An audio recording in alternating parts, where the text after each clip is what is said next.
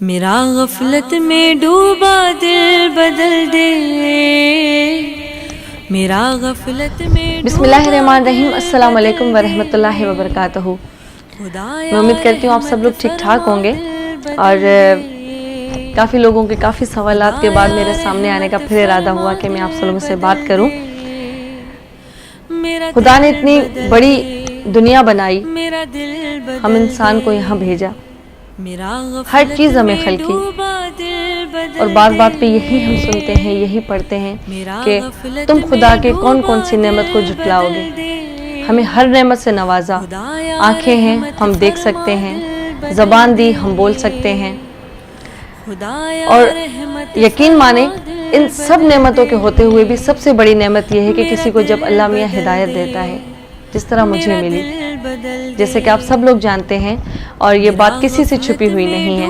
میں سنگنگ کرتی تھی، میں ہوسٹنگ کرتی تھی، میں ماڈلنگ کرتی تھی، میں ایکٹنگ کرتی تھی، جو بھی چیز دنیاوی کام کیا، لو میرج کیا ماشاءاللہ سے، اور اس کے ساتھ ساتھ کافی سارے میرے سے کانسرٹ سے جو out of country line up ہوئے تھے، اور پاکستان کے اندر کافی ایسے پروجیکٹس جو اردو سائڈ میں سائن کر چکی تھی، ان سب سے میں نے اچانک جواب دے دیا، اور لوگ حیرت میں آ گئے کہ اچانک ایسا کیا ہوا، اتنا مجھ میں بدلاؤ کیسے آیا۔ آج میں بس یہی بتانے کے لیے آپ کے سامنے آئی ہوں کہ اتنا بدلاؤ یا اتنا چینج اچانک کیسے۔ میں اپنی فیملی کے ساتھ بیٹھی ہوئی تھی، بڑے خوش مزاج اپنے ماحول میں بیٹھے ہوئے انجوائے کر رہے تھے، اور اتنے میں ایک میسج آیا میرے پاس، اور وہ میسج میں نے اوپن کیا۔ آپ کو پتا اس میسج میں کیا لکھا ہوا تھا؟ اس میسج میں یہ لکھا ہوا تھا کہ حضور کریم صلی اللہ علیہ وسلم کی ایک حدیث تھی، اس کا ایک چھوٹا سا میسج جیسے ہم ایک دوسرے کو فارورڈ کرتے رہتے ہیں۔ اس میں یہ لکھا ہوا تھا کہ بدترین عمل ہے یہ جو بے پردہ عورتیں ہو کے گھومتی ہیں، اور دوزخ میں بدترین جگہ اس عورت کے لیے ہے جو بے پردہ ہو کر گھومتی ہے۔ تو تصدیق کرنے کے لیے میں نے، میرے بھائی ہیں مہربان شاہ جو مختلف اسلامی کام کرتے رہتے ہیں، اور یہ سارے کام ہم مل جل کے کرتے ہیں، ان سے میں نے اس حدیث کی تصدیق کروائی کہ آیا یہ حدیث صحیح ہے، یا اس کے پیچھے مطلب میں ایک اپنے آپ میں بدلاؤ لانے کی کوشش بھی کر رہی تھی۔ تو انہوں نے اس حدیث کے پیچھے مجھے کافی ساری حدیثیں اور دکھائیں۔ آپ یقین کریں کہ میرے پیروں کے نیچے زمین نکل گئی۔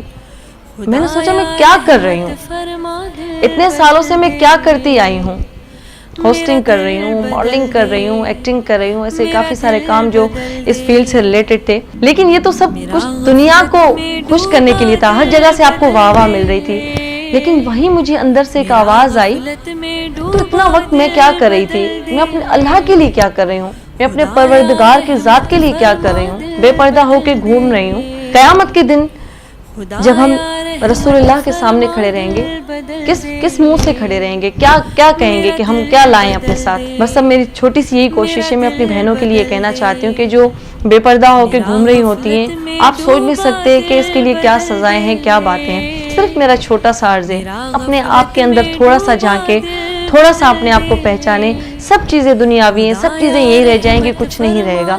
اس لیے میں یہ چاہتی ہوں کہ جو وقت ہمیں اللہ میاں نے دیا ہے، اس سے ہم کچھ تھوڑا بہت اچھا کر لیں۔